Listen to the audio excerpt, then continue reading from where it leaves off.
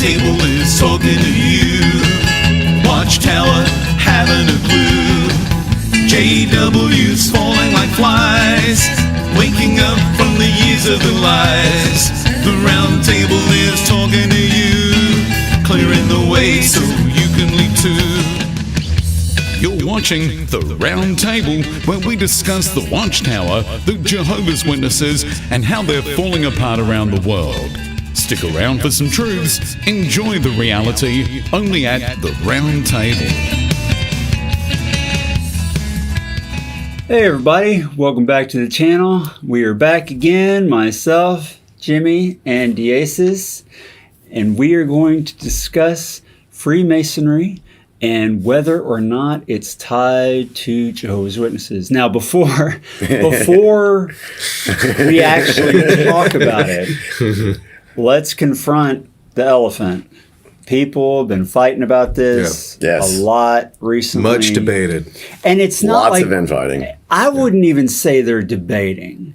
This is a fight. People are they're insulting each other. Yes. They're being disrespectful to each other. They're not just presenting ideas and discussing them and trying to provide counter evidence. And they're fighting about it. And to me, that's just childish and ridiculous. So what I wanted us to do is actually sit down and present the evidence, facts on each side for all of the points that we could dig up, pro and con, and let you decide for yourself. We are not going to tell you what to believe. We're just here to present evidence. Now, some people have asked me, why are you doing this? Hasn't this already been covered? I got 4 reasons why. Yeah. And I think everyone needs to understand these reasons. The first one is, I put a poll on the community page of my channel, and out of 1,000 votes, about 800 people wanted us to do it.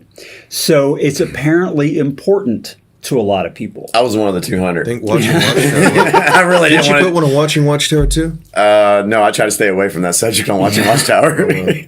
Yes, so there's that. A large number of people are interested in the topic, and that's why we're going to cover it. 2, I've had a few people telling me that when they saw what they believed to be the connection to Freemasonry, it woke them up. Mm-hmm. Yeah. So if there is a connection, and if the connection wakes people up, I'm all for making that clear to people. I view it the same way, only lesser in importance, as I view the Watchtower's connection to the United Nations. Mm-hmm.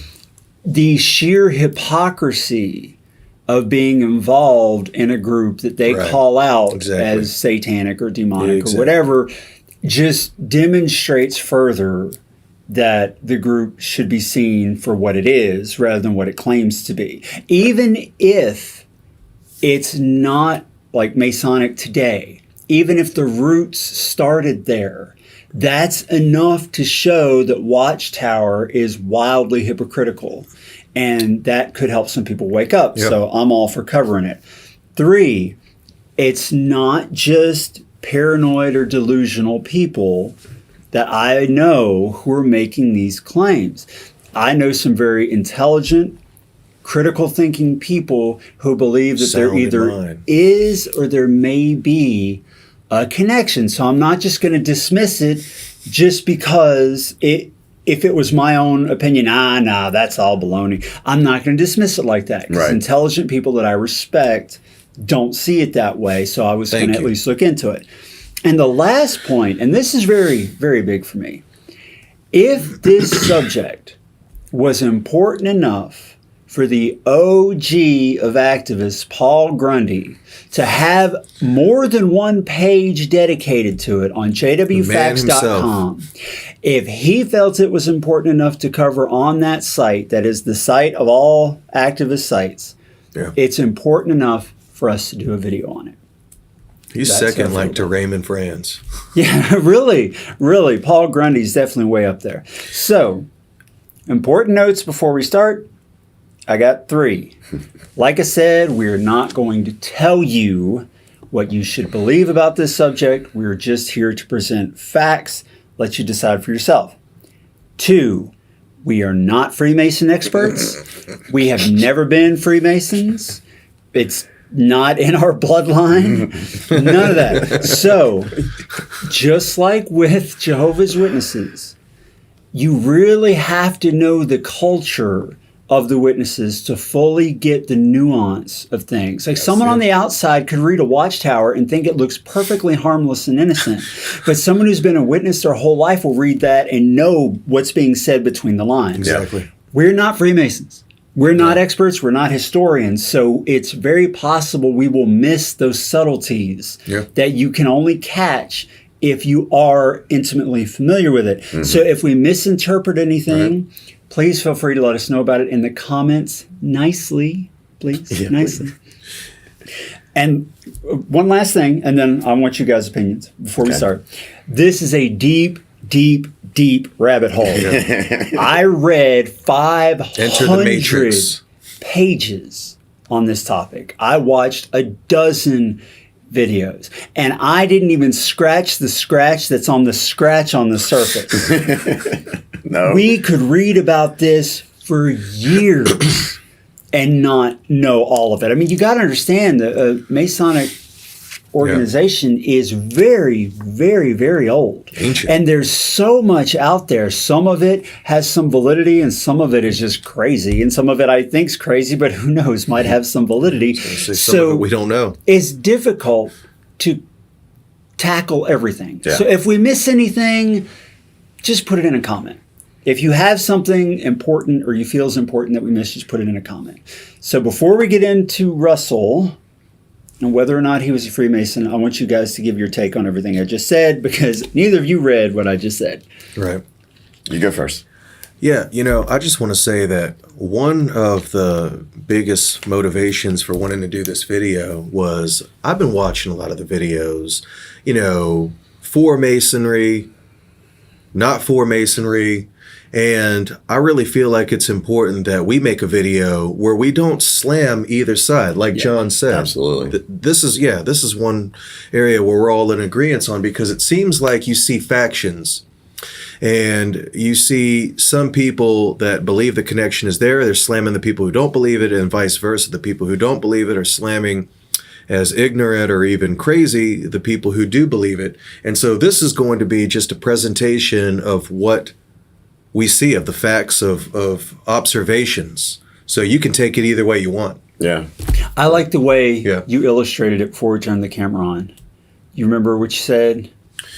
About the elephant? About the elephant? Yeah, right. I said, I said, our job isn't to tell you why there's an elephant in the room, a pink elephant in the room. How that elephant got there or what its reasons are for being there. You be the judge of that. My only point is there's a pink elephant over there. So you can take that any way you want to take it. It's more or less me just saying, okay, I'm looking at a pink elephant.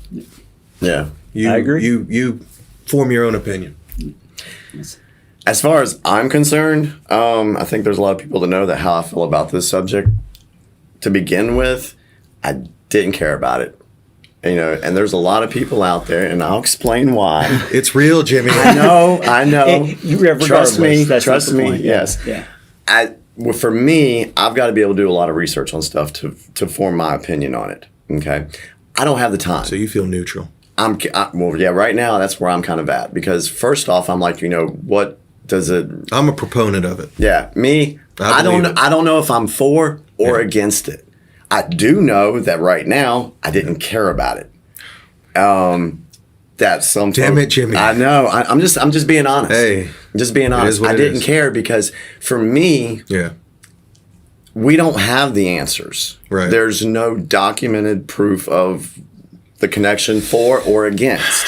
And we'll get into that. We'll get into that. So for me, what I'm doing as far as my activism is concerned, I'm focusing on things that we have documented stuff on. Yeah. Things that Watchtower has done to people, things that they've caused, the blood doctrine, the CSA, all that stuff. I'd say I'm more of the X-Files. And see, I'm more of the here and now. Yeah. This is what they're doing. This is what I'm a focus on. Now, what I didn't like was all the infighting going on between the community. Because anybody that knows me, knows that I'm trying to unite. That's what I'm all about. Yeah, that's true. I'm all about uniting people. Mr. Community. Yeah, appreciate that. Yeah, no. So, but I do know that there are people that are very passionate about this subject, and they've spent, definitely passionate. They've spent years studying this to see if there's something real there, and I highly appreciate that, because that work that they're doing, if they do find a connection and it comes out, then I can look at it and be like, oh, okay, wow, you got proof, this, that, all right, cool, maybe, all right, there is a connection. Yeah. But for me, it hasn't been a huge focus. So what my role here today is kind of like somebody that's learning this stuff for the first time. Yeah. Because there's so many people out there that have no clue about this issue. It's one thing that kept me from wanting to come back. That's how important it is to me. Me personally. And seeing it, like for me, it was the UN or other things. Yeah. So everybody has everybody has a different take on what wakes them up. I know what I'm strong in. That's what I focus on. And that's why I was like, I really don't want to do this video, guys. I really don't want to do this video. So but then I started thinking about it. I'm like, well, the way we present things, I think will resonate with a lot of people out there. Those that are for it, those that have studied it, and for those that really doesn't mean a lot. It doesn't mean a lot until we see it. So there'll be a lot of wows from me today. Be like, whoa. Okay, really? Yeah, there's a lot. I went through an enormous amount of research for this one, so there's a lot. That's where we stand.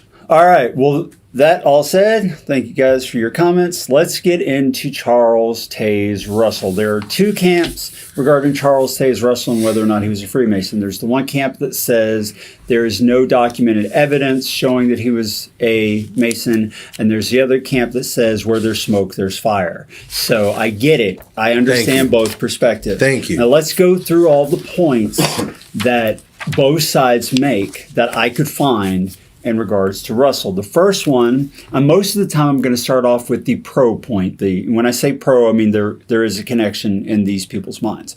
I'm going to start off mostly with pros and then do the con, unless it just doesn't make sense to do it that way. So the pro is that he borrowed a lot of teachings from Freemasonry.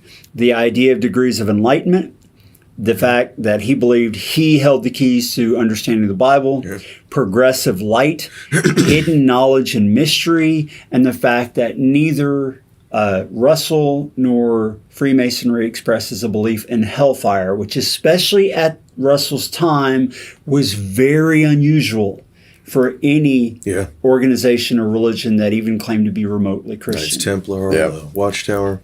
Yeah, so that's the first pro. So before we get into the cons, do either of you guys have much to say about that? No, I mean, I agree with that. Okay. And I can tell you from reading Russell's sermons, because I went through all his old sermons, and especially one called The Temple of God, and we're going to get into details about that one. And there's no question, it is documented fact, Russell talked about this stuff. So the con that I've seen to that, the anti-side, is that, yes, Russell did borrow some teachings from Freemasonry, but he also had a number of teachings that completely contradicted Freemasonry. For instance, in order to be a Freemason, according to someone who wrote to me, it's a Mason, and it's in their book because I looked it up, you have to believe in an immortal soul in addition to believing in a deity. Yeah. And Russell did not believe that there was an immortal soul. Mm-hmm. Also, Freemasonry is an interfaith organization. It doesn't matter what religion you are, you can be a Mason. And Russell, while he was not as bad about it as Rutherford, and we'll get into Rutherford next, he did discourage people from being involved in other religions because he thought he had the truth and people should come to what he prescribed. He wasn't horrible to people who wanted to be in other groups, but he did think that they shouldn't be. Whereas Freemasonry, they don't care. Yeah. So what do you guys think about that? The fact that some of his teachings went against Freemasonry teachings. What does that say to you, if anything? I know you want me to be honest. I mean, be honest. Okay. There is a public rank and file form of what they want you to hear, and then there's the back door, what they really think stuff. I mean, that's my personal opinion. I mean, of course they're going to confuse you. Of course they're going to say, "Oh, well, we don't do this." I mean, it's like, I don't know, it's like a president of a company or a CEO or public relations. Oh, well, no, of course we don't do that. We would never tolerate such policy. But behind closed doors, everybody knows they do. So, I mean, that's my take on that. I hear it. And I'm a skeptic. I'm a skeptic. Yeah, that's what I hear when I hear people try to answer this. I don't believe that's what they say, what DeAsa says. I'm not buying it. Yeah. I agree that by some of the recordings that I've seen of Russell's talks and everything, he's used signs and everything that have links to Freemasonry. Yes, that's true. He talks about he was that. influenced. So my question is, why would he use the signs and stuff in his talks? He talks about that in the Temple of God's sermon. You can look it up anywhere. It's all over the internet. If you really want to see the bulk of what most people say proves that Russell was a Mason. If you want to see that, read that sermon, because he really does go into detail. Where he says we are Freemasons? We're about to get into it. That's the next point. So let's segue that into the next point. Right. The pro is that the Temple of God's sermon, where Russell shows a detailed knowledge of Freemasonry. Right. He even calls Jesus the Grand Master. Right. And he says point blank, I am a Freemason. He says that, okay? Now let's read, but hang on, wait. No, it is not you need so any simple. more? Okay, all right. It is not so simple. Video's over. The end. Wait till the con. All right, so let's read what he says. He says, so I am glad to address delegates, especially here from the Bay Cities, and also including some 35 states represented in the excursion party. I'm very glad to have this particular opportunity of saying a word about some of the things in which we agree with our Masonic friends, because we are speaking in a building dedicated to Masonry, because he was in a Freemason temple. Right. And we are also Masons. I am a Freemason. Hang on, don't get too cocky, DeAces. I am a free and accepted Mason, if I may carry the matter to its full length, because that is what our Masonic brethren like to tell us, that they are free and accepted Masons. That is their style of putting it. Now, I am a free and accepted Mason. I trust we all are. Reading that by itself seems pretty clear. But before we talk about it, let's talk about both of these together. Let's read the con side. Because in the Temple of God's sermon, he also says he's never been a Mason, and he also says that his teachings are superior. So here are those quotes. First, but not just after the style of our Masonic brethren. We have no quarrel with them. I'm not going to say a word against Freemasons. In fact, some of my very dear friends are Masons, and I can appreciate that there are certain very precious truths that they held in part, that are held in part by our Masonic friends. If you think it is the will of God, you should join the Odd Fellows, and don't feel you are Odd Fellow enough in becoming a follower of the Lord, go and join the Odd Fellows. If you feel that you want to become a member of the Free and Accepted Order of Masonry and do not feel free and Masonic enough as a follower of Christ, God bless you, use your judgment. That is yours to decide, not mine. But now I am talking about the great order of Masonry of which Jesus is the Grand Master. Although I have never been a Mason, I have heard that in Masonry they have something which very closely demonstrates all of this. And one last point, he also refers to the Masons as a denomination in that sermon, but the Freemasons say they are not a denomination. They do not claim themselves as a religious group. So, the con side is, and if you read the whole sermon, totally get how you can see it this way, is that Russell is illustrating, he's trying to create a parallel illustration between his version of Christianity and Freemasons. He refers to Jesus as their Grand Master, and he even says we have no other Grand Master, whereas in Freemasonry, Grand Masters are men, there are lots of them, that are appointed over a district or whatever jurisdiction. I can see what he's saying. So you're saying it's more like, okay, so let me get this straight, after hearing the whole thing. So you're saying it's more like, it's kind of like me being Charles Taze Russell and saying, oh yeah, we three are brothers. Now, it's not literally true, but, I'm saying it in a sense. Like Paul. You're saying that's what he was saying.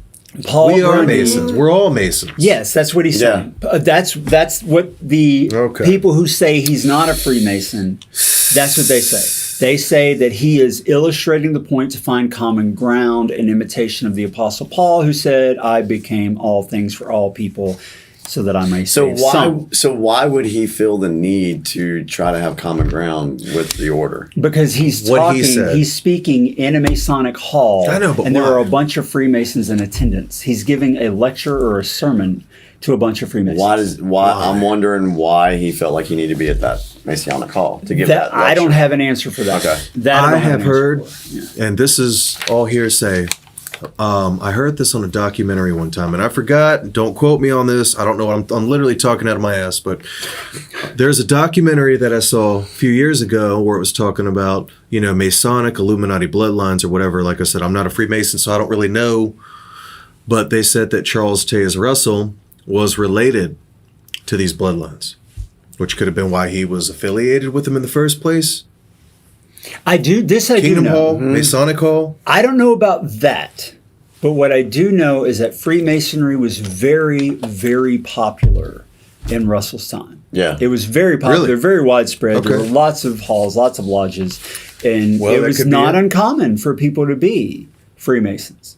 So maybe because it was, and this is conjecture on my part, because I couldn't find why he gave the speech to the Masons at the Masonic Hall. It could be that because it was such a popular thing, he was trying to draw a parallel with it to convert people. I mean, that makes sense, but And do you think that was all done? what was he doing there in the first place? Do you think that was all done just to try to build his religion? That's what the people, and again, I'm trying not to have to express my own personal position in this video. But what you were saying is what the people who are on the negative side say, no, he wasn't a Freemason. That's what they say. Oh, okay. He was trying to attract people from this other popular group into his organization. I'm in Masonic school today. This is my research. All right. Next point about Russell, and a lot of the points are about Russell because that's where most of the contention is when you see the pros and cons. You see people debating this. Okay. On the pro side, and this is absolute fact, Russell often used the terms Grand Master, Great Architect, Divine Architect, Light, New Order, Universal Sovereign, Golden Age, etc., all of which are Masonic. That's all Masonic terminology. Wow. There's no question. And I looked it up. I have all of the magazines from 1879 to 1916 when he died. And I have them all in one gigantic file. So I did a search to see if he actually uses these phrases. And yes, he does actually use these phrases. And of course, the Golden Age was the awake before. Well, I mean, closed. I see Universal Sovereign. We think we sung a song. Well, yeah, they still use Universal Sovereign. Yeah, New Order, New Light. God knows I hate that phrase. Yeah. Everybody knows I hate that phrase. So yeah, that's interesting. Okay, so that's the pro side, I think so. and it's a fact. This is not invented. They're not making this stuff up. It's in there. I looked it up. I can agree with that. On the con side, Russell did not apply Grand Master to an elected human being that had some responsibility over a jurisdiction. He applies it only to Jesus Christ. So he claims. Or to God or to Jehovah. He doesn't apply it to men. So the way he uses it is very different. Watchtower itself, in the Watchtower, says Christ, the only appointed mediator and Grand Master. That's what he wrote in the Watchtower. Jesus, and he says that. 144,000. Yeah, he says that in the Temple of God sermon too. He says Jesus is our Grand Master. He doesn't use the phrase the same way that Freemasonry uses it. So was he trying? I'm really gonna love this now. Was he trying to tell the Masons that Jesus was their head? Yeah, and not just man? That's what the people who say he wasn't a Freemason. It's like, well, yeah, he's trying to draw common ground and trying to lead them to Jesus. Okay. Rather than their own Grand Master setup. Okay. That's what they say. Now, I did some numbers because you all know software developer numbers guy. I went and counted how many times Russell actually used these terms. Now, out of 25,000 pages of the Watchtower from 1889 to 1916, I counted them. You know he did. Grand Master is used once in connection to Jesus. Great Architect is used 5 times to refer to God. Divine Architect is used 4 times to refer to God. And Universal Sovereign is used once. So out of 25,000 pages, wow, it only comes up a couple of times. Only you, John. But wow. but it has to be said, I could not find any other religious group, institution, whatever, other than Freemasonry and Russell and Jehovah's Witnesses, and we'll get into Watchtower's use of it later, that refer to God as the Great Architect. No other religion I could find anywhere does that. So there it is. He hardly uses it at all, but I couldn't find anyone else who uses it, period. So that needs to be said. Light and New Light, however, appear to be much weaker arguments pro Freemasonry, because you can look at this up on Wikipedia under Old and New Light. The terms Old Lights and New Lights are used in Protestant Christian circles to distinguish between two groups who are initially the same but have come to a disagreement. They're all Masons. These terms have been applied in a wide variety of ways, and the meaning must be determined from each context. So using Old and New Light is not distinct to Witnesses, Russell, or Masons. I've heard people tell me that from other religions. I've heard that in other churches I and stuff still too. think it's related to Masonry. And that's okay. We're just going through the facts here. Just going through the points. We're not telling you what to believe. That's the whole point. Okay. I still believe it. I believe. Universal Sovereign is used by the Catholic Church. There's a Universal Sovereign Catholic Church. Yeah. John C. Purdy was a Presbyterian minister. Presbyterian, who refers to Christ as the Universal Sovereign. Now, I could not find it being used very much by anybody else, but it does come up. So it's not like Watchtower, Russell, and Freemasonry are the only people who use Universal Sovereign, though they absolutely do use it more than anyone else that I could find. So that's true. So that's the pro and the con. Now there's another pro that this is important. Yes, other groups and religions have sometimes used the same words and phrases, but Freemasons and Russell use them all. Yeah. And that's significant. And I was telling Jimmy earlier, to borrow from Watchtower, it's a composite sign. It's not just one thing. It's a what, John? It's a composite sign. It's composite. It's not just one thing that they say, but it's many, many terms that they use that the people who are pro the Freemasonry argument say that's the difference. Yeah, sure, the Catholic Church may have used it a couple of times, but Russell and Freemasonry use all of these phrases together. So there's that. All right. Next pro.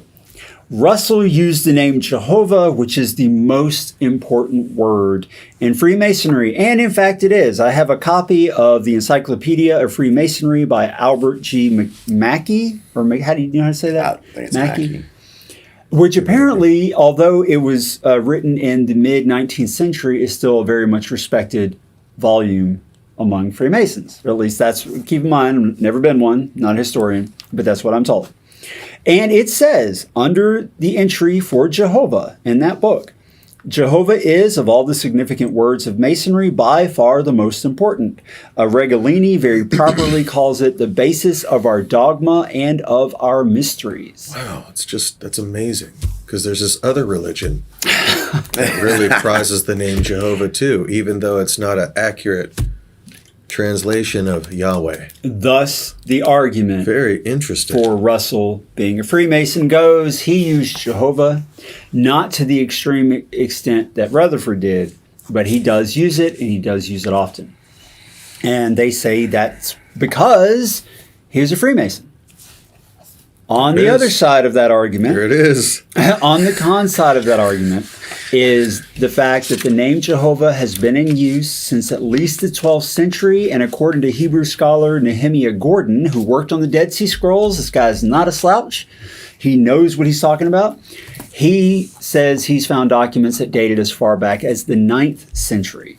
And Masons and witnesses are hardly the only groups to use this term. It's in the King James Bible, which goes even farther back, that Russell used. So it's not surprising that that's the name he used for God, because it's the name that's in the King James Version that he used. Well, then And King according James to must have been Watchtower, a it's the Mason. most widely. Knights Templar. It was the most widely used name, so they wouldn't have used it. Yes, not very many people used Yahweh. In fact, even in a lot of the translations now, they don't use Jehovah. They just put Lord in all capitals.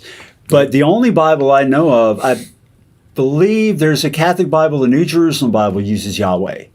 But you just don't find many Bibles that use Yahweh, and you don't run into a lot of people who use the term Yahweh. It seems like it's starting to make a comeback. I've noticed in the past 10 years. Nehemiah is largely responsible for that, because Really? he says... Because I've noticed Yahweh's starting to come back. Yeah, he says the actual pronunciation of the name is neither Yahweh nor Jehovah, but Jehovah. Right. So you hear the term Jehovah. When I've you heard look that up, Jehovah and I've heard Yahuwah. yeah, there's a lot of different churches that are adopting that now. A lot. You know, it's still a tiny number in comparison, but a lot more than in the past. Right. Okay. So that's the Jehovah argument for and against. All right. Jimmy, why don't you read the next pro for us? All right. I've been talking too much. Yeah. I was wondering when you were going to delegate that out. Sorry. And All right, so the next pro is the International Bible students often met in Masonic lodges before having their own places of worship. So apparently this was very true. Yep. And you'll show some I'll show invitations on the green screen. Back here, yep, you'll see. Okay. So that's the pro Yep. that they met in these lodges. The con, Masonic lodges are available for rent. John called one So and are was hotels. told that you don't have to be a member to rent it. Yep. The International Bible students didn't have their own places of worship yet, and at the time, Masonic lodges were abundant due to its popularity in the late 1800s. Okay. The International Bible students didn't meet exclusively in Masonic lodges, but when no one was available when one was not available that they can rent, they often did. Yeah. Or they did. So that's the pro and con. What do you think about that? I'm That telling makes you, sense. man. I'm telling you, it looks like a duck. It walks like a duck. It acts like a Well, duck. just remember, we're not here to tell people what they It believe. ain't a cat. Oh, no. Oh yeah, he's always been very open and clear about the Oh, fact yeah. that he has that connection. Yeah, so it is. that he sees the connection. And if you that's don't fine. believe exactly like I do, And I do want to pause for a moment to make that point. Deasis very strongly believes in the connection. I do. Mm-hmm. And even though Jimmy, up until today, was like, I don't really care. Definite proponent. I will admit this, that prior to doing all this research, I would be honest with people. I would tell them, look, I don't have an educated opinion. I haven't really looked into it. My gut reaction is, sounds Same. conspiratorial to me. But despite the fact that that's where I stood at the time, Deasis still hangs out with us. He's still on the channel. We're still friends. We don't insult each other over it. No, we don't fight with him. But you guys know what the truth is. But Do I we? will. I've got to give a nod to the people who really do believe this stuff. Yes, absolutely. After reading all of this material, pro and con, though I don't want to talk about my opinion, I do want to say if you look at everything that I've looked at, it's very easy to understand why people would believe At the that very there's least. a connection. I At the totally very agree. least, At the I very can least. respect somebody. We're not all Yeah. crazy No, they're bums definitely taking out absolutely trash not. cans. There is a lot of stuff that people can say, that looks very suspicious. Yeah. Even if there are explanations for it, it's the whole composite sign thing. Yeah. Yeah. Yeah, but you have to explain a lot. Yes. So Yeah. I get it. I get it if people do see it that way. So let's keep going through the pros and cons because there's a lot more. Deasis, you want to read the next one? Yeah. Pro. Russell is on the attendance logs of at least one Masonic lecture. Con 2. Yeah. All right. Con. Those lectures are open to the public. Anyone can go to the meetings at Masonic halls to hear the lectures. It's how they recruit new members. Russell clearly had an interest in Freemasonry and a good bit of knowledge about it, and Freemasonry was very popular at the time, so it's not a surprise he's known to have attended. Did that hurt you to read that con? I didn't want to read that. I want to just exit out there. There is no con. Okay. So pro. So unless that document is a forgery, and there's no reason for anyone to believe that it is, he's known to have attended at least one lecture at a Masonic hall. And of course he was. But then because he was one. But then they had to have places to meet. I mean, they didn't have halls or whatever, and he's trying to build this new religion of his. Yeah, that's true, but this is him going to their meeting. Oh, okay. He didn't just go to one of his own. This is him actually attending one of their lectures. He didn't go to the Kingdom Hall. He went to the Masonic Hall.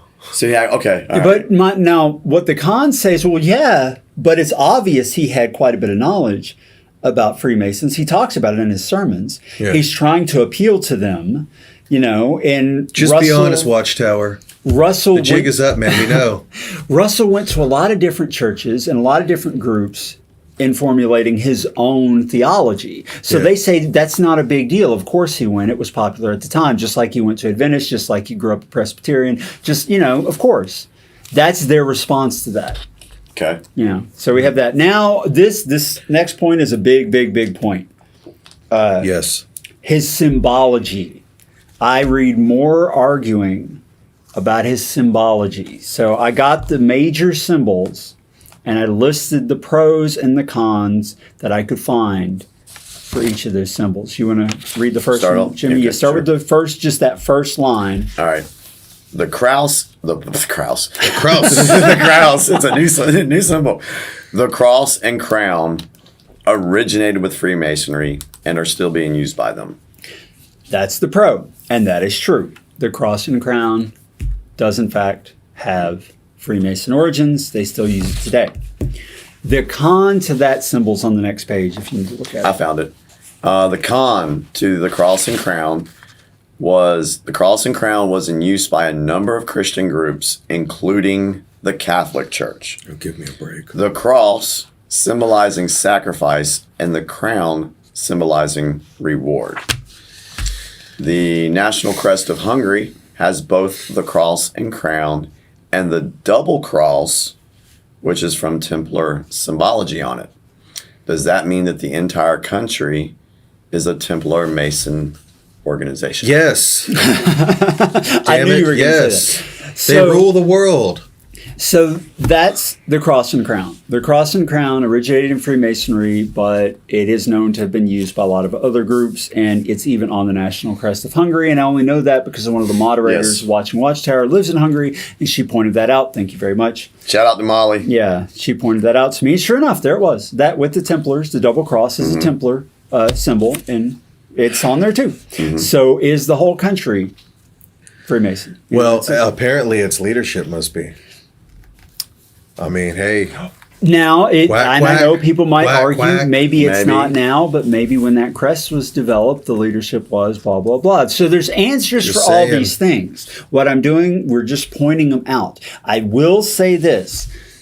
I read that the cross and crown, and I believe it was Smurf Girl, she talks, and I might be getting the use of this word wrong because, and again, I'm not a Freemason. She said they use what's called mummery, which means that they like to poke fun at other institutions while appearing to show reverence for that institution. And she used the cross and crown as an example. She said that the cross is at a 33-degree angle to represent the 33 degrees of Freemasonry, and that it's a phallic symbol. And if you look at it, I totally get where she's coming from there. Hey, Smurf. I can see why you would see that. So she would say, well, of course, they don't care if other people use it because they're laughing their asses off that other people are using it. That's the whole point, right? Exactly. So that's the argument there. All right. You want to read the pro and con for the next one, the winged solar disc? Yeah. The winged solar disc, a Freemason and Egyptian symbol, was on the cover of the Studies in the Scripture volumes. Fact. Yes. All right. Where's the con? Okay, the con. The winged solar disk was adopted by Russell as a symbol of Malachi 4:2, King James Version. But unto you that fear my name shall the Son of Righteousness arise from healing in his wings, and ye shall go forth and grow up as calves of the stall. Okay. So that's the pro and the con. The pro is that, yes, in fact, that particular thing, I read a book called Watchtower and the Masons. I've got it listed here on one of the pages. It was a very interesting book, very heavily referenced. The guy did, even though I didn't agree with everything he said, he definitely understood the culture of Jehovah's Witnesses quite well. So I got to give him a nod for that.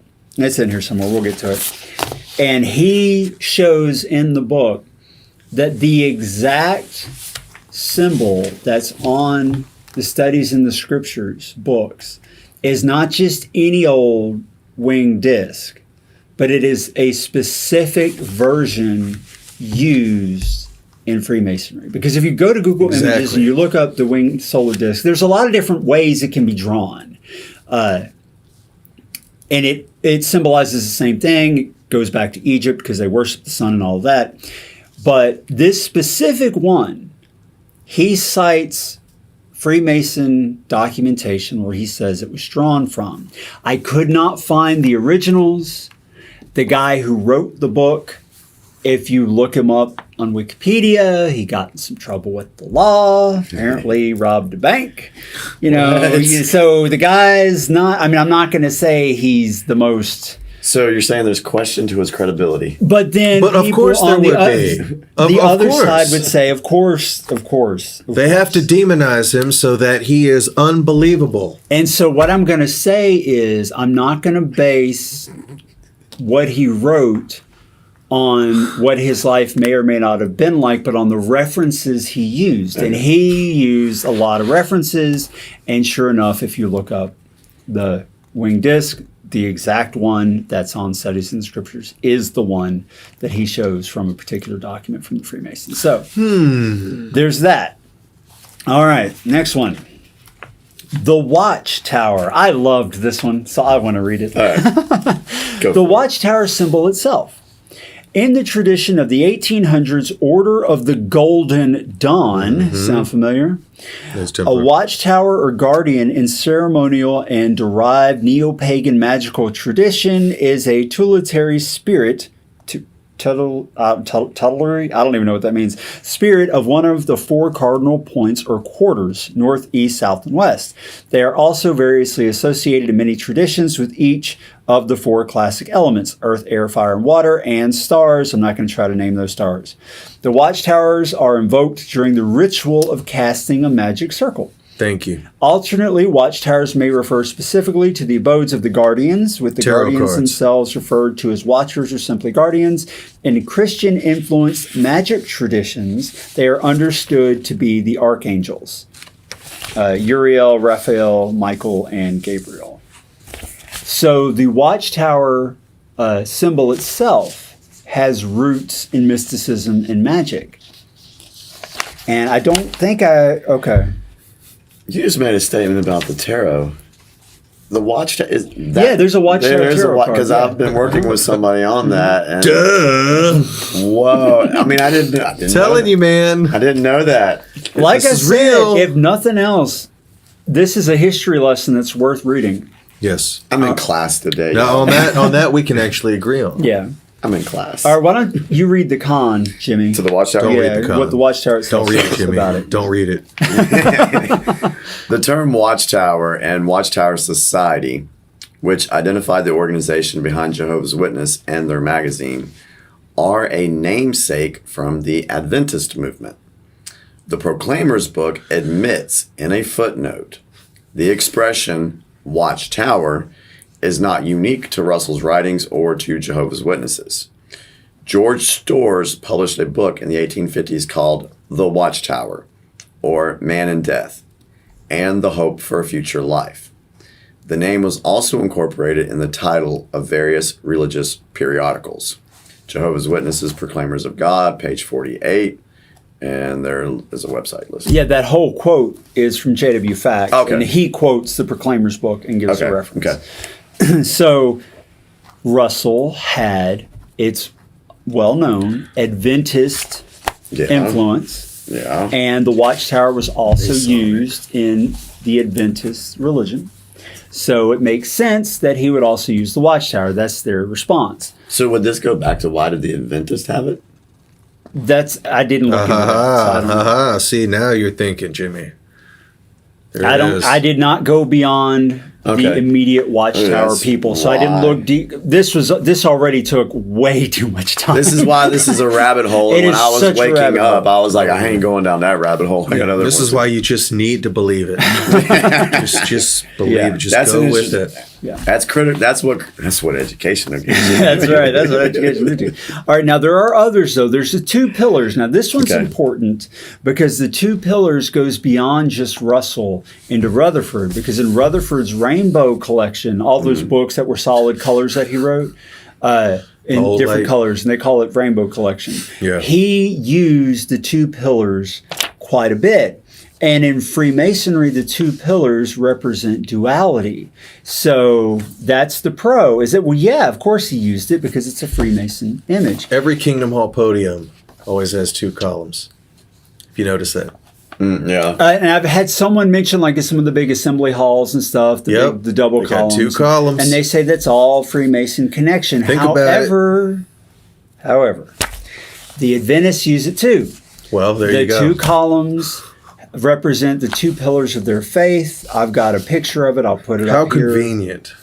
Yeah, so that's the con. It's like, well, of course Russell used it because the Adventists used it, and that was where a lot of his influence came from. Mm-hmm. All right.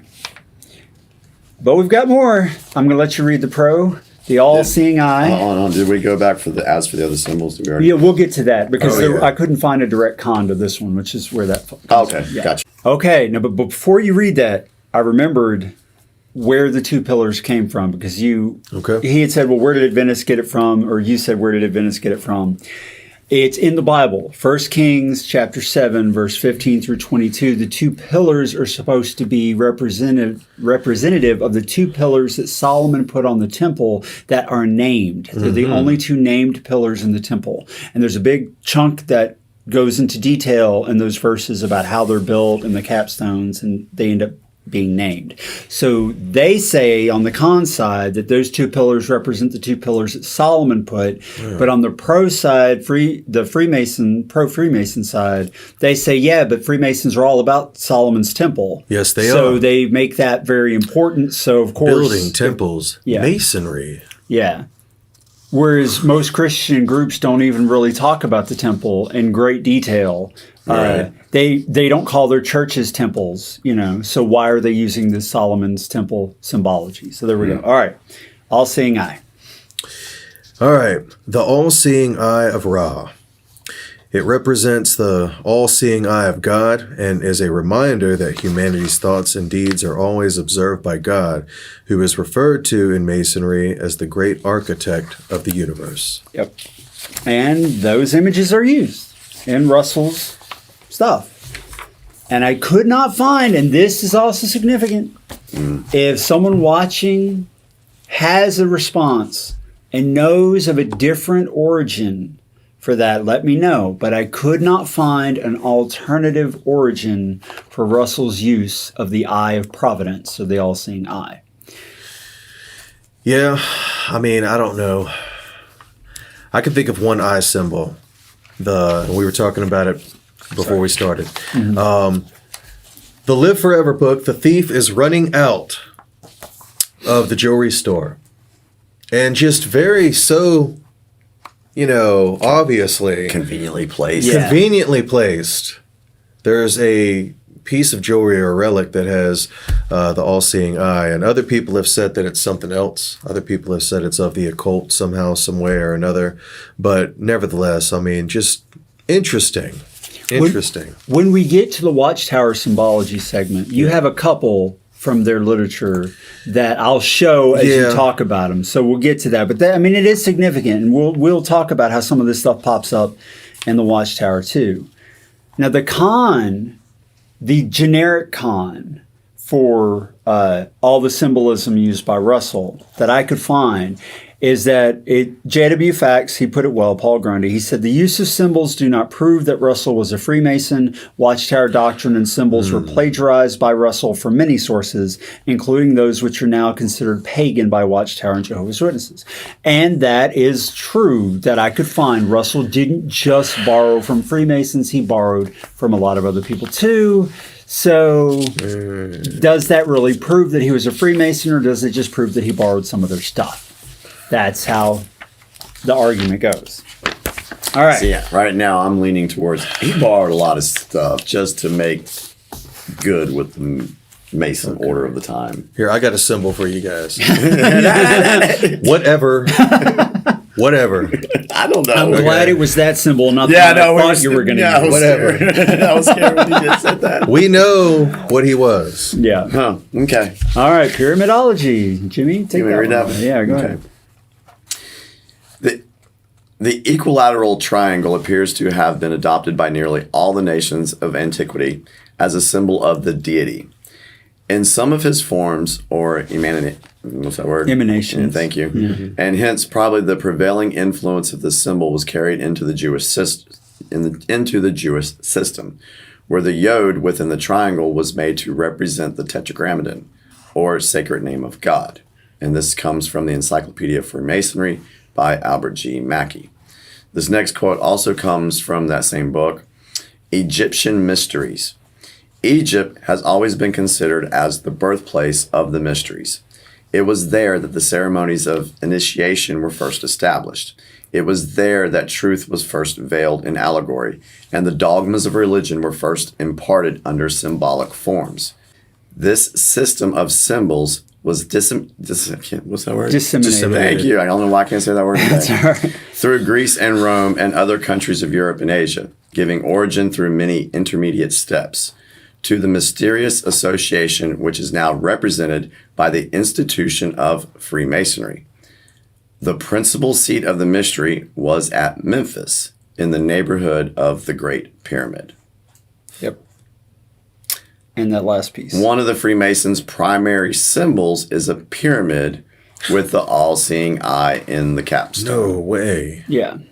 So very clear from the Freemason Encyclopedia that it's very important to them. Egypt pyramidology, those symbols very important to them. And if you know anything about Russell's history, you know that Russell was a pyramidologist.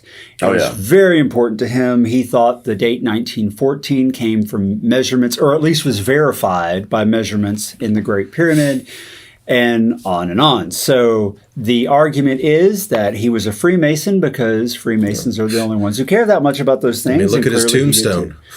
And we're going to get to that too. We're going to get to his tombstone. All right. The con is that Russell's fascination with pyramids likely came from the Second Adventists. No. Because, and there's some evidence for this. In 1859, John Taylor published The Great Pyramid. Why was it built and who built it? He put forward the idea that the architect and supervisor of the Great Pyramid was not an Egyptian, but Noah. That's crazy. Other pyramidologists believe it was Melchizedek. Some guy's name I'm not going to try to say, an astronomer, accepted this idea. In June 1876, he published an article in the Bible Examiner, a journal owned by George Storrs in Brooklyn. And just in case you don't know, George Storrs was Russell's partner for a while. Mm-hmm. George Storrs went on to run a series of articles on the pyramid and its prophetic significance and the herald of life and the coming kingdom. In 1877, Joseph Size published a book on the pyramid entitled Miracle in Stone. Russell attributed his knowledge on pyramids to Smith. So he attributes this to somebody who was not a Freemason as far as we know. As far as we know. And he says here, thanks to this is a quote from Russell in one of his studies in the scriptures. Here, thanks to the very accurate measurements of all the passages furnished by Professor Smith, we are enabled to reach what to us are by far the most interesting features of the testimony of this witness yet delivered. That's Studies in Scripture, Series 3, Thy Kingdom Come, page 338. Another quote, Professor Smith found the first of these measures to be 1874 pyramid inches, the second 1881 pyramid inches, and the third 1910 pyramid inches. Thus reduced, they would give the dates October 1874, October 1881, and October 1910. So a lot of Russell's so-called prophecy came from the measurements of the pyramids that did not come from Freemasonry, but from an astronomer named Smith. What do you guys think about that? Piazza Smith. Yeah, Piazza, is that how you say it? I would say that's the best way to say it. I saw you huffing and puffing over here, so go ahead and give us your buying. All right, Not buying for somebody that's completely neutral and new to this, the con looks pretty damning on that one. Okay. Just yeah. Well, so does the tombstone.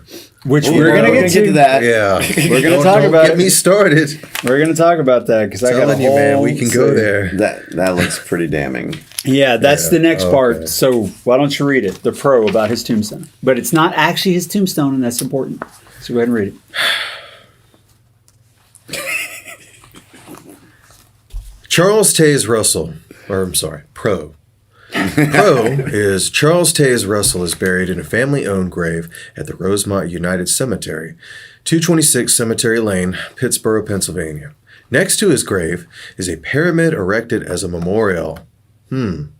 Weighing several tons, it is complete with symbols of the Knights Templar, All-Seeing Eye, and the inscription Watchtower Bible and Tract Society.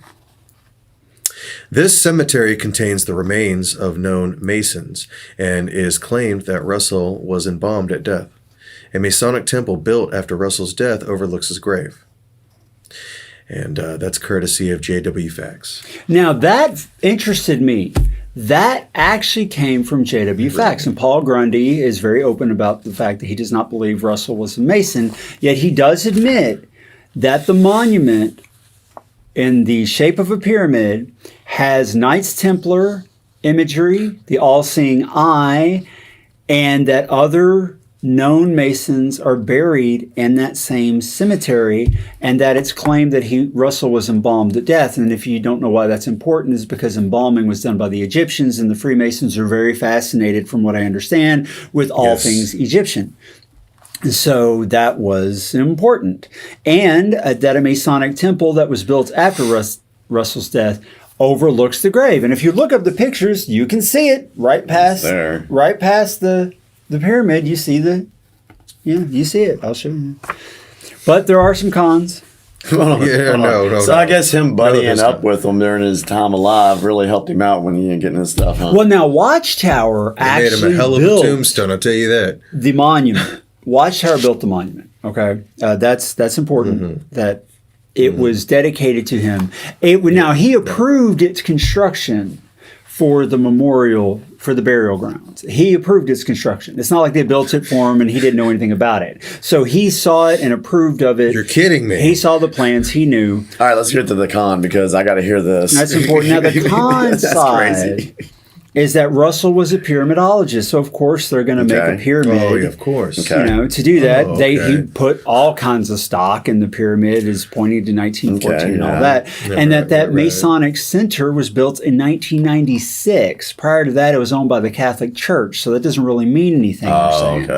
Now, as for the symbology, as already explained, Russell borrowed symbols from many sources and incorporated them into his own theology. So that's why they dismissed that as meaning that he was a Freemason. Of course, there's some connected symbolism, and that Masonic Center was built, 80 years after he died. Why is that pink elephant in the corner? Exactly. I'm not going to lie to you. I definitely was seeing the pink elephant with this. I'm like, wait a minute. Okay, now I'm not. What about Rutherford, though? Didn't he get the tombstone made? Well, he also approved of it. He was there for the burial and all that. I mean, he was part of it. Showing the continuation but here's the of what they really are. Here's the thing, to give a little nod to the people who do believe that Russell was a Freemason. I mean, what are the odds that the Masons would build a big center that close to the graveyard? I mean, and okay, now I got to go back to Smurf Girl because, and I don't know. Again, I'm not a Freemason. I can't verify or validate what she's saying, but she said in one of her videos that when there's a Mason burial ground, they will always put a symbol in the burial ground so that everyone else will know that the people buried here are Masons. Like, it's a way for you to identify it as a Mason burial ground. Like, you see a cross, you know it's Christian, right? Or Catholic or whatever. You know, you're going to see that in the burial grounds because that's their religion. Well, she said that, of course, there's going to be a monument anywhere that's primarily for Masons to be buried in the same way you would see it for any other kind of church or institution. And that's what that pyramid is. It's the monument to Freemasonry to show that the people who are buried there are Masons. And even Paul Grundy admits it is well known that many people buried in that graveyard are in fact Masons. So that's so interesting. I'm not going to lie, that one leaned me in the pro side a little bit because it's hard to deny that. And I would love to hear any response to that in the comments because we are not experts. I just do find that very interesting. And but that Masonic Center getting built that close, that is a very strange coincidence. Even if it was 80 years later. You know, because the Catholic Church owned the land and they didn't like Masons because they were all, that's why the Masons were formed because they were hiding from the Catholics and all that. So I don't know, that's an interesting one for me. All right. Next one, we're going to start with the con. So Jimmy, read the con, then I'll have Deasis read the pro. The Freemasons don't claim Russell as one of their own. Of course not. All right, this next quote is taken from a website, Freemasonry. This is the Grand Lodge of British Columbia. Okay. Although the assertion is often made that the pyramid monument erected to Russell's memory is proof that he was a Freemason, the Grand Lodge of Pennsylvania, the Grand Lodge of Ireland, and the United Grand Lodge of England have no record of his membership. They don't claim him. What about the Grand Lodge of Pennsylvania? They just said it. They don't claim him either. They don't claim him. Yeah. But now read the pro. Now the pro. Wait, let's let Deasis, because I know this means a lot to him. Okay. Let's let him read the pro. Yeah. All right. Pro. Of course they wouldn't claim him. It's a secret society. Yeah. Masons do not reveal their members publicly unless the individual openly proclaims himself to be a Freemason. So naturally, they would deny Russell ever was a Mason since Russell was not public about it. Hi, we're a secret society. Let's tell you everything about what we do and who is affiliated with us. Yeah. And that kind of defeats the purpose. That's the argument. Yep. So there's a lot of pros and a lot of cons about Russell. He's still a Freemason. And whether or not Russell was a Freemason. You decide for yourself which side do you think has the strongest arguments. Be sure to let us know in the comments. Please don't fight with each other about it. Please God, you're going to anyway, I know, but I'm asking you the truth. Please, no But fighting. Definitely give us your opinion because I want to know, what everybody thinks along these lines. Did it change your opinion one way or the other? Did you come in without an opinion and now do you have one? I really want to know how this information is changing people's minds or not. All right, now we get into Rutherford. Rutherford, I just want to say up front, I'll read the last con first. Very few people I could find tried to claim that Rutherford was a Freemason. Very few people did. And even if Russell was, nobody's claiming Rutherford was, since Watchtower's current doctrines largely originate from Rutherford's teaching. The con is that Watchtower itself in its modern incarnation isn't Masonic because Rutherford is really the father of Jehovah's Witnesses, not Russell. Yeah. He changed so much. He borrowed a few little things from Russell, but most of the stuff, the Armageddon thing. He implemented the legalism. Yeah, the legalism, the Paradise Earth doctrine, that there's two classes, one that goes to heaven, one that goes to earth. All these cornerstone teachings of Jehovah's Witnesses come from Rutherford, not Russell. So clearly, he was also a Freemason. Okay, so Jimmy, why don't you read the first con also after that one? Was Rutherford a Freemason? Con. Dismantles many of Russell's Freemasonry teachings, which includes the Great Pyramid was built by Satan, not God. Calls Freemasonry in the Golden Age, September 3rd, 1930 issue, How Masonry Originated. He calls it demonism. Yeah. So what do you say about that? Well, he was into demonism then. There it is.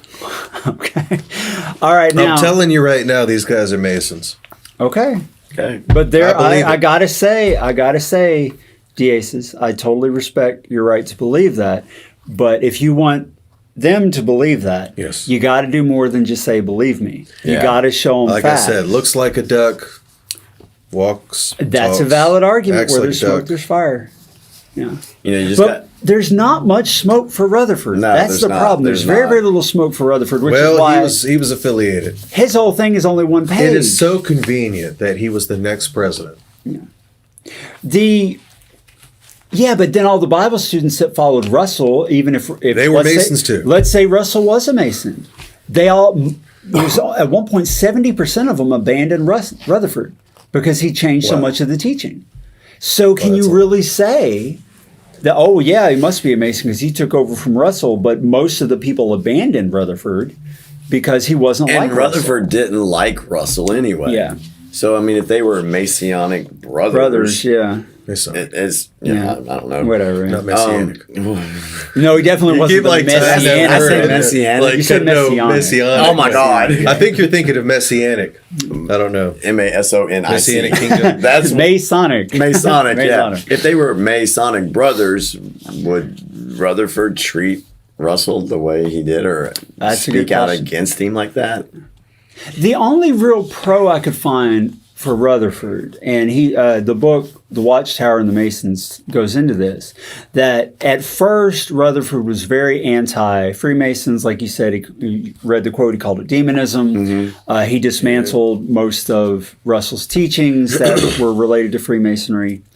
But he starts to defend the Freemasons between the years 1935 and 1946. I'm not going to go into a lot of detail about it, but effectively what he was saying that, I'll just read a quote from the book. In 1935, the Freemasons are no longer portrayed as demonic by Rutherford, but for the next 11 years, they will be a benevolent society that was destroyed because they opposed the Catholic Church.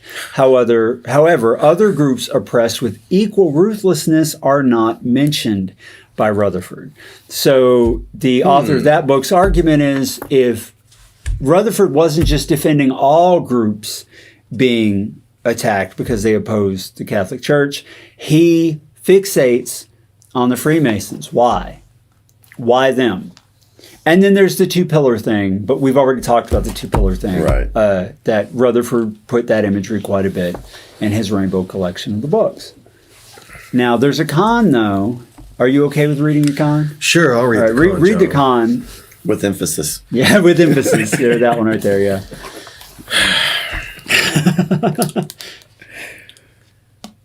You're wrong for making me read this. I'm sorry, dude.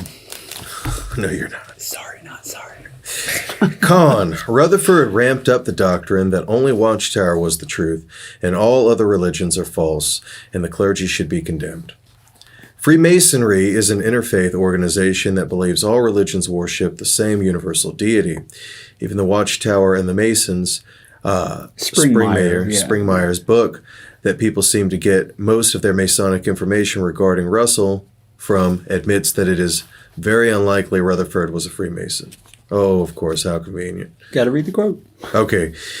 In the case of Rutherford, the evidence clearly appears that Rutherford was too intolerant to have been a Freemason. Yeah. Okay. And this is from the guy, keep in mind that Fritz Springmeyer, who wrote the book, is very much of the mind that Russell was a Freemason. Very much. He says you can't prove it absolutely, but where there's smoke, there's fire. There's too much evidence surrounding it that he was. But he just says straight up he doesn't think Rutherford was. So that's important, since Rutherford is the founder of what we know to be Jehovah's Witnesses today. Well, if he called it the truth, and that's got me just wondering, what is the truth then? What was his interpretation or his real opinion of what the truth actually was? Rutherford?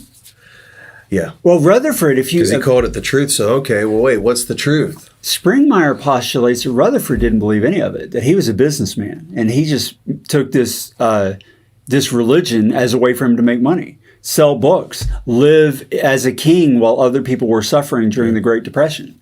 That's his take on it. Yeah. And I got to say, it's a fair take if you look at the history. Pretty interesting how good he lived, praising the Freemasons after condemning them for so many years.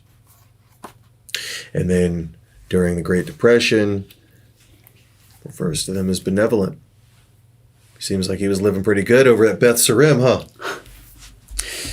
Yeah. Very interesting. Tell us what you think. Yeah. Yeah. Oh, yeah. I want to know what everybody thinks. All right. So that's all I could find on Rutherford. It was very hard to find a lot on Rutherford. He was definitely nobody's emphasis. Russell was everybody's emphasis. Yeah. So let's move forward to the Watchtower Bible and Tract Society of today. And I want to start with the big whammy. The Denmark Assembly Hall.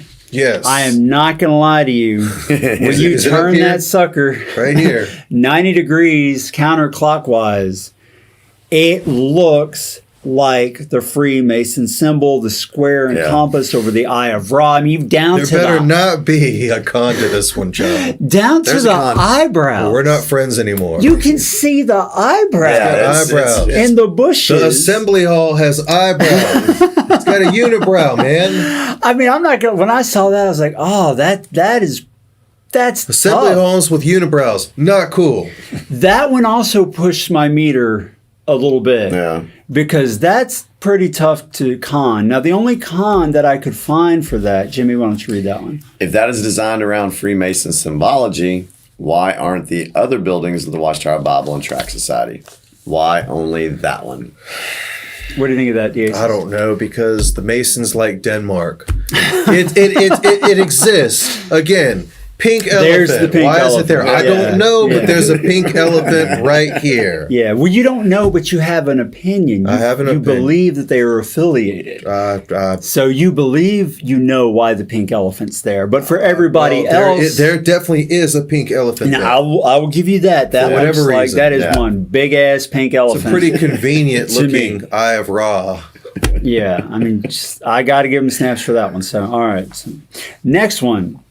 The Pro, I'll read it. And it says the Watchtower owns Temple Farm in Chelmsford, United Kingdom, which was formerly a Knights Templar Masonic property. This is a fact. You can look it up. It's in the history. It's all there. I did all the research. Yes, indeed. Watchtower does own the farm that was formerly owned, was created by the Templars, and it's been owned by many non-Templar people through the years, but it did originate as the Templars' property, and they kept the name Temple Farm, which people who are pro-Mason connection say, there you go. They're still doing it. But there's a con. And the con is many other properties in that area have the word temple in it. Temple Grove Public Park, for instance. And Watchtower has no problem purchasing churches in France and converting them to kingdom halls. Plus, Watchtower often names its properties after the area. For instance, the Temple Hills Congregation in Temple Hills, Maryland, USA. So they say, look, it's a historic property. Watchtower doesn't usually change the names if the area is known as something. I've been to lots of Kingdom Hall congregations that were named after the area that congregations were in. And so they're saying, look, there's a bunch of other things in that area called Temple whatever, and they're just sticking with the name. Plus, this is a historic property known as Temple Farm, so they just kept the name. That's what they're saying.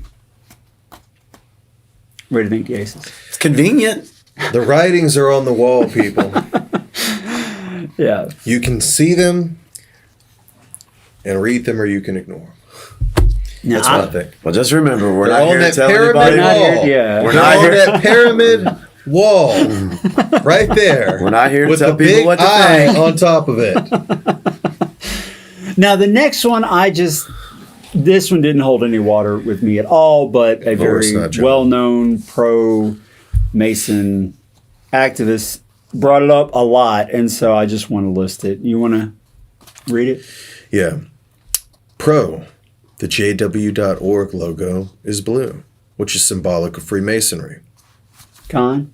Hundreds of corporate logos are blue. Are they all Freemasons? Yes. Yes. Now, and you see, yes. Now you're getting it. I'll take they that. rule the world. I'll take that, Connie, a little farther. That, yeah, if you go to Google Images, and I did, I mean, everything, Animal Planet is blue. I mean, there's just lots of blue logos. But JW.org was registered by the Watchtower Bible and Tract Society. They bought the domain name. You don't really buy it. You basically lease it. In 1999, right? The blue logo, I don't remember first seeing that until the new website came out. And that was in 2013, right? Yeah, that's exactly. That's when the new logo came out. The original Watchtower logo, the one they still use, has never been blue. Yeah. Ever. That's it. No. For over 100 years. Yeah, but that's what I'm saying. No, it's never been blue. It's never been blue. The JW logo did. But it is now. No, yes, but my point Very is... peculiar. But hold on. Now that they're doing, and all the people are worshiping this logo. They got but my point the JW.org is suits on their suits. The little, the cufflinks. Look, I agree it's creepy. Yeah, I agree it's creepy. You got my vote there. JW.org. But why didn't they use the blue imagery for the first 100 some odd years? Because they're finally coming out with it, John. But if they're a Masonic organization, why didn't they come out with it before? What it is. So the blue thing doesn't hold water for me. I mean, you can believe it if you want. That one doesn't fly. Whatever floats your water, John. That doesn't fly. It's like they say, whatever floats your water. Yeah.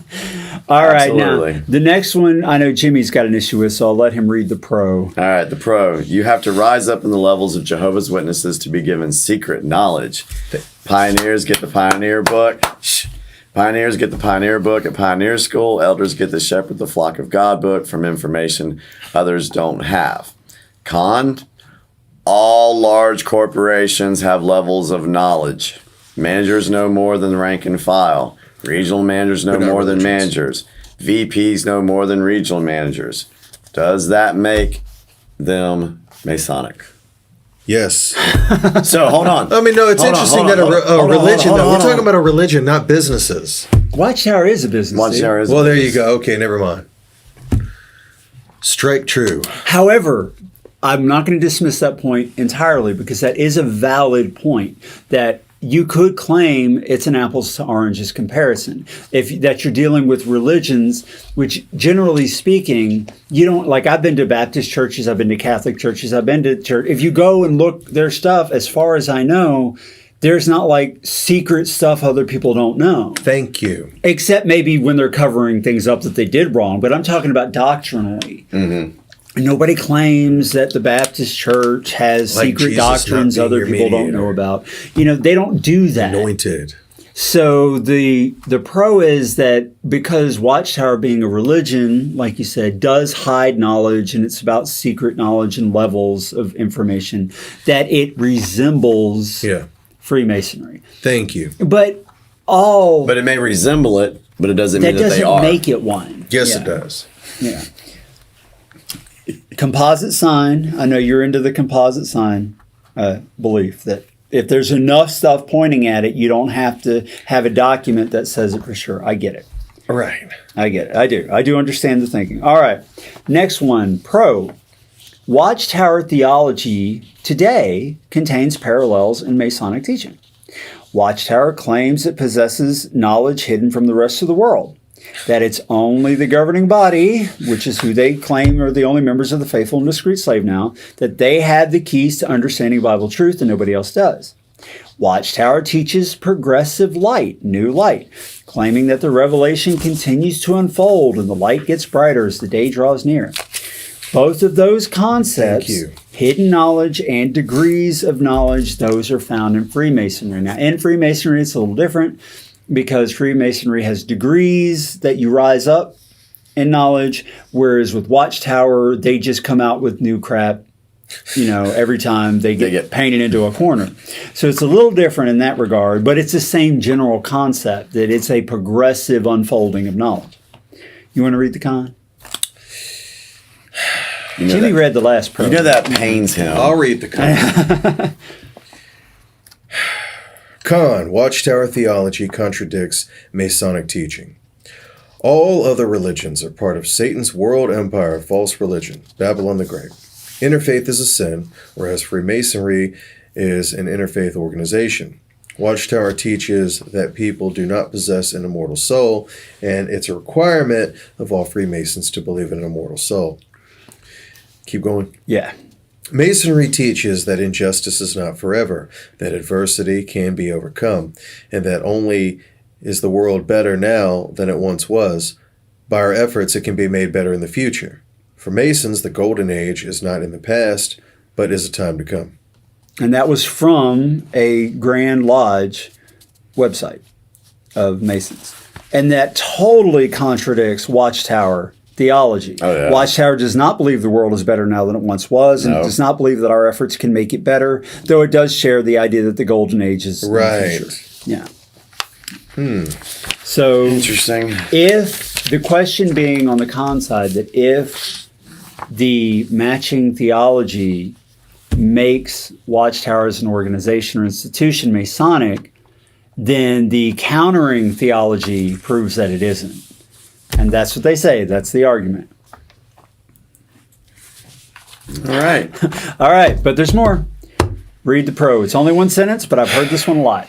The governing body wear what look like Masonic rings. Okay, so just in that. Thank you. No. What look like? Thank you. They just look like it. Close They enough to me. Close Lloyd, enough. Lloyd made the point. Oh, God. And no, this is a valid Oh, point. no. This is valid. No. And it's true, and I hate this too. All of the videos that Watchtower puts out on JW Broadcasting are in 720p, which is considered high def, but it's the minimum resolution to be considered high def. Like this video you're watching, it's 1080p, so it's far better resolution than what Watchtower puts out. The camera is 4K, which is even better, but no way I'm going to try to work with a file that huge. I'd never be able to upload it. So when you look and try to zoom in to JW.org videos, it's very, very grainy. It's low resolution. Because it's bleeped out. It's hard to see it. And now I get it. The argument is, well, they do that on purpose, but regardless of why they do it, it prevents you from zooming in on that ring and seeing exactly what it is that's on it to know for sure what it means. Well, I can tell you what's on it, John. The dang thing with the thing, man. There is a huge con to this that I have not read anywhere else that occurred to me when I read this one. Jimmy, you want to share that one? Sure. Raymond Franz, a former governing body member, exposed Watchtower as the human-run, uninspired institution that it is. Yet never once did he mention Freemasonry in Crisis of Conscience. Why not? Why not? Why would he? These guys run the world. If you can't talk about these guys, but he did. That's the point. You can't expose what you know. But he Freemasons did. If you know stuff. But he exposed everything about Watchtower. Watchtower. The governing body. He didn't come out and start talking about Masonic stuff. Here's my Because you thing. don't talk about those guys. That's why. Even he would. But if he's even trying to he would down know. the Watchtower, if he's trying to spill all the beans, that doesn't mean he can't Watchtower's still be a Masonic, Freemason.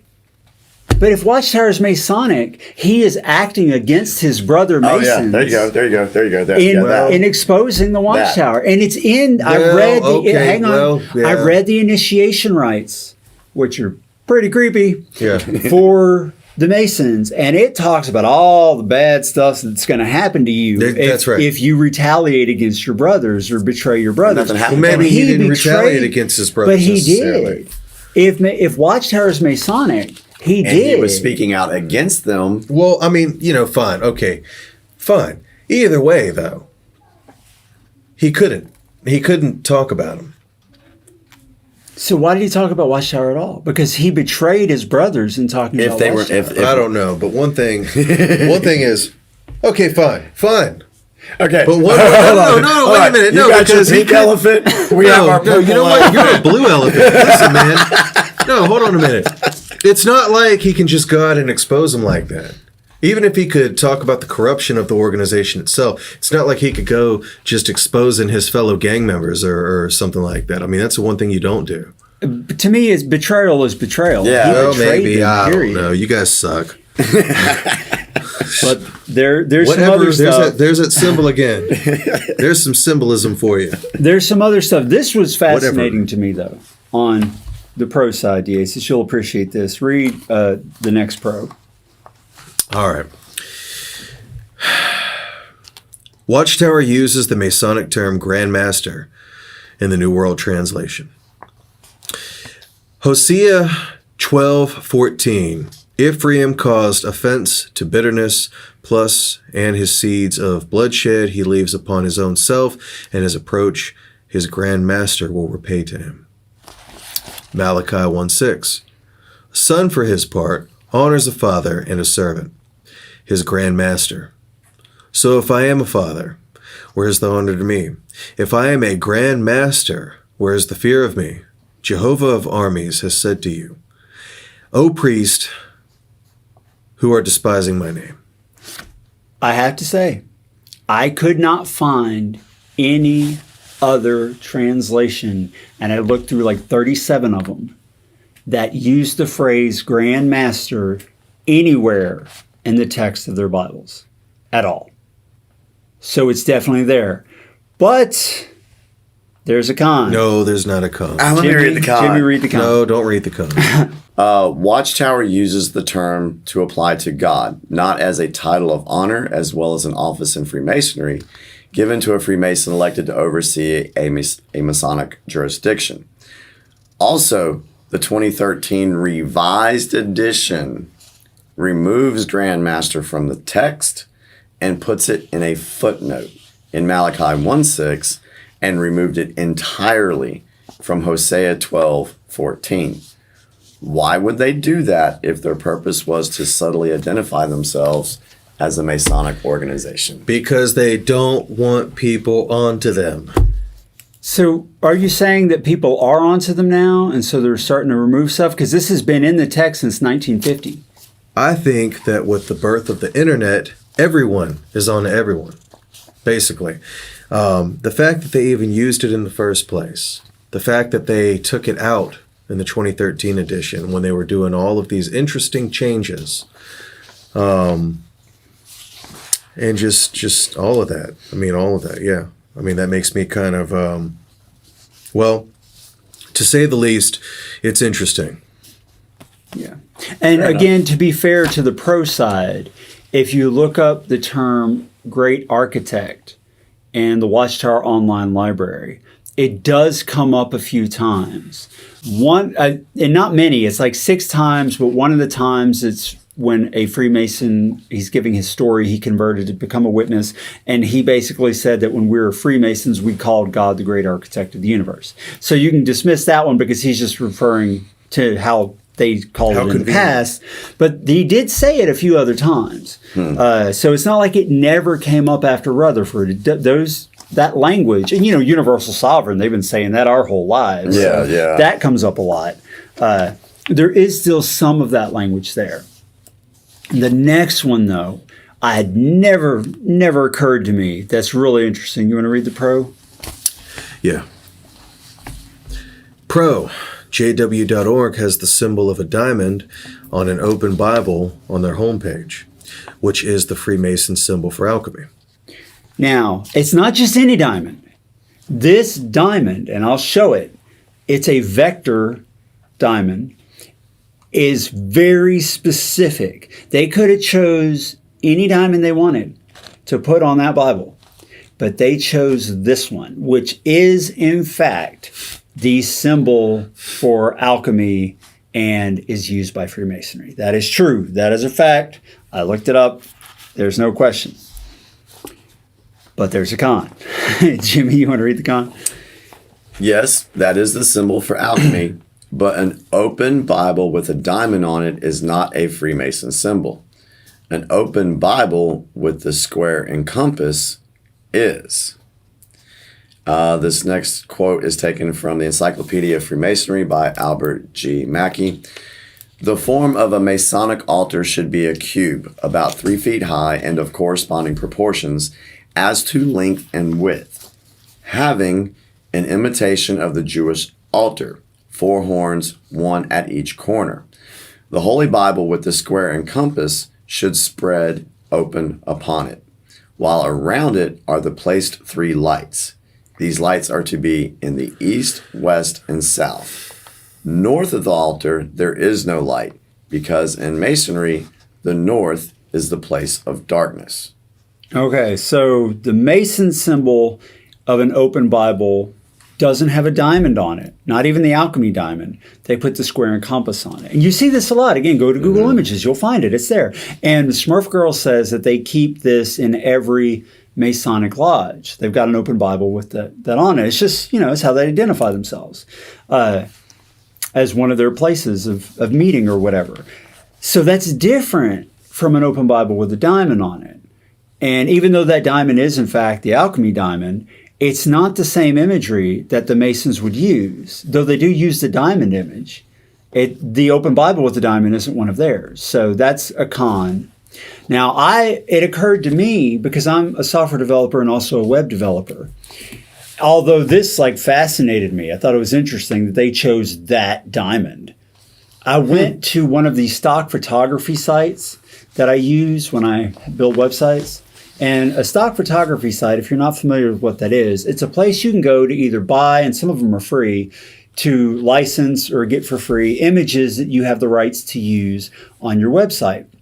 You cannot just go to Google Images and grab any picture you want, put on your website. You have to have a license for this because someone took the photograph. That's how they make their living. You have to get the rights to it. On one of the sites that I use, I looked up vector diamond because, in fact, if you're going to put a diamond over a solid color image like that, because the Bible is drawn as a vector, you're going to need a vector-shaped diamond, not one that looks like a real diamond. It needs to be a vector. Guess what came up? That exact diamond. And in the description and the tags and everything for the diamond, it says nothing about alchemy. It says nothing about it being related to Freemasonry. It's just a diamond, but it's exactly the same. So it's very possible on the con side that Watchtower is trying to say that the Bible is very valuable. Diamonds represent value. And they said, okay, web developer for JW.org slave, go to a stock site and find us a diamond. And he went to the same ones I would go to because this is what web developers use. Looked up vector diamond. Oh, that one looks good. And it'll look really nice laid over that solid color background. And he put it there. Now, I admit that's little bit of a stretch. I admit that. But I can see how that would happen, particularly because the open Bible with a diamond is not a Masonic symbol, as far as I know. And if I'm wrong about that, please let me know. But I couldn't find it anywhere. What do you think? Looking for buried treasure, like a diamond, for instance, buried in the Bible, kind of like secrets that you have to dig deep and get deep into. That's true, but that's also a scriptural reference because in Proverbs... It's a Masonic reference too. Yeah, but it's also in Proverbs that you should search for it as for buried treasure. Right. So it's not like it had to come from Freemasonry. But the Masons, they love Solomon. Of course they do. And he is supposed to be the guy who collected the Proverbs. So I get why there's... people see connections. Don't misunderstand me. Oh, yeah. All I'm saying is that there are also other... in this particular case, equally valid explanations in addition to that. And the fact that the Masons don't use that particular open Bible with the diamond, I think, is telling. So you decide. All right, next one. You want to read the pro, Jimmy? Pro.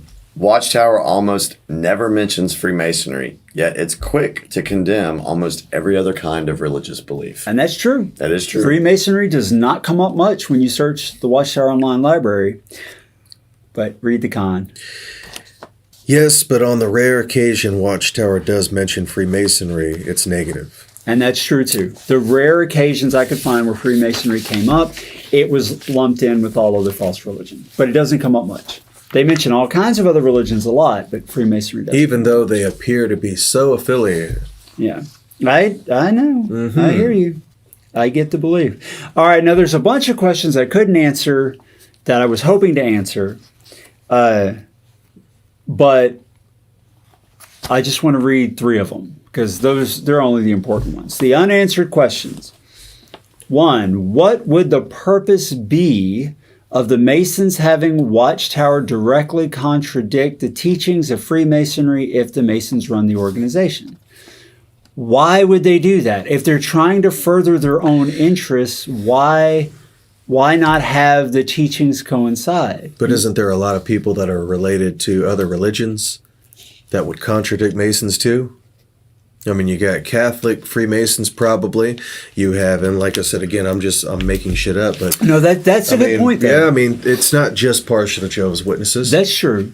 There's Freemasons in every branch of society. They're an interfaith secular and organization. religious. Yeah, they don't mind. You can be whatever religion you want and be a Mason. So I guess my question there is, you can be whatever religion you want and be a Mason, and most religions wouldn't tell you you can't be a Mason while being in their religion, but Jehovah's Witnesses say you cannot be a Mason while being in their religion because they don't want you to be part of any other I almost organization. want to conduct that experiment. I almost want to just say, hey, you know what? I'm a Freemason, which I'm not, but it would just be amusing just to say, hey, I'm a Freemason. Can I still become a Jehovah's Witness? You never know. Yeah. They might actually say, well, yes. And then it's like, gotcha. They're taught to lie to you. What they're going to say is, oh, of course. And then when you study, they're going to try to talk you out of being a Mason. And if you don't ever leave the Masons, they'll drop your study. Yeah. That's how they work. Yeah. All right, so that's first question. Second question.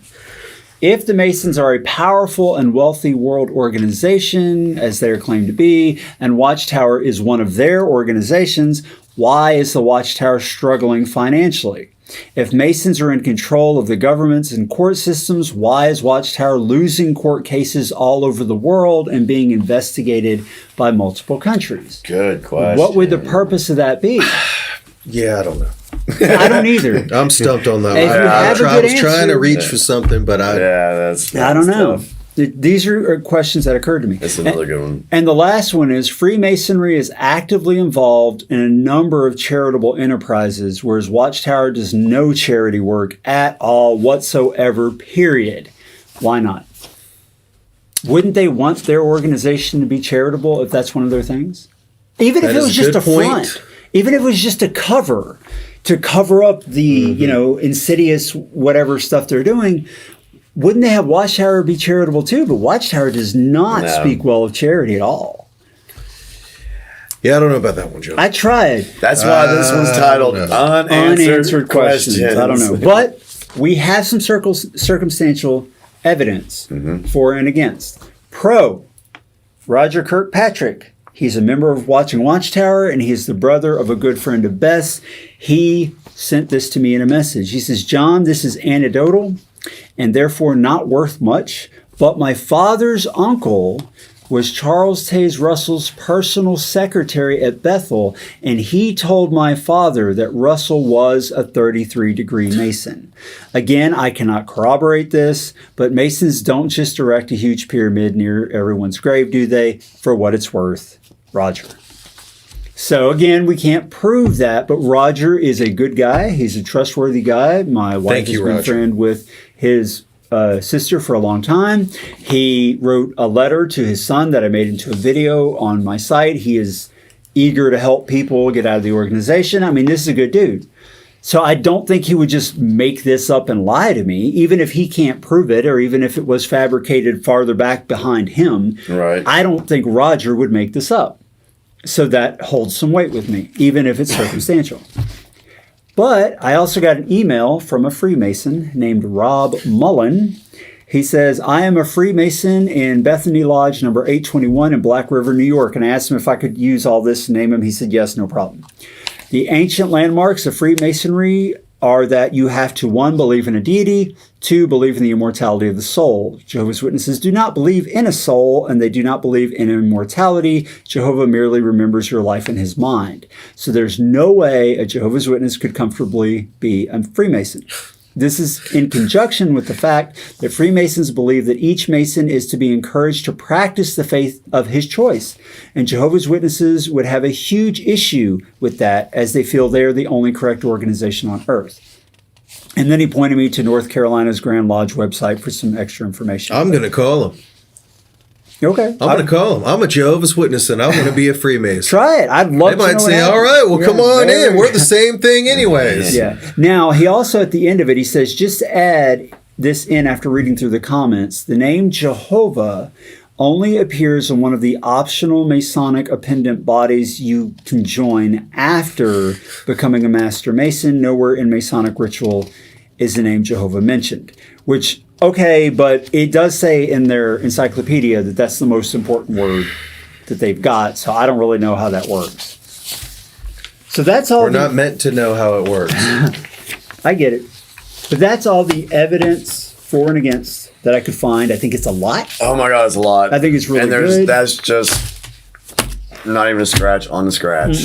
There's just so much scratch more. on the scratch of the scratch. Really, it's so little. If you could dig into this for the rest of your life and still be uncertain. We've been doing this for 2 hours and my head is like, yeah, I mean, just like, and whoa. I've been reading this stuff for the past like 2 weeks, like solid reading, watching. I so need to start working again to pay the bills. You and me both. I was so into this. It's very, even if you don't believe in a connection, it's really fascinating, interesting history to read. To say the least. Whatever your take, it's very interesting. Now that leads, in my opinion, to 3 possible conclusions and one other conclusion that I haven't seen too many people, I actually haven't seen anybody make, that to me makes more logical sense. And we talked about this. You want to read the first possible conclusion? First possible conclusion. Russell was a Freemason and Watchtower is a Freemason organization. A. Russell made heavy use of Freemason terminology and symbology and is buried near a monument with that same symbology. B. Long after Russell's death, Watchtower still uses some Freemason terminology and symbology. And C. At least one major landmark of Watchtower contains clear Freemason symbology. There's a lot there. You want to read the middle of the road view? Sure. Point 2, right? Yeah. Watchtower has some of its roots in the Freemason ideas adopted by Russell that were never purged by Rutherford, and those influences remain. A. Baptists believe in the Trinity and refer to it as the Trinity. Tier belief. Oh, sorry, it should be there. There? Okay, I was like, what is it? Their belief originated from the Catholic Church prior to the Protestant Reformation. That doesn't mean the Baptist Church is controlled by the Catholic Church or that all Baptists are secretly really Catholics. It means one of its roots in the other has its roots in the other. B. In the same way, it may be true that Russell was a Freemason, but it cannot be proven that at any rate the Watchtower organization has moved on to become something very different despite its Freemason roots.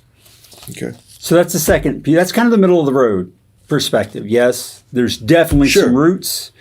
And Russell may have been a Mason, even though we can't prove it.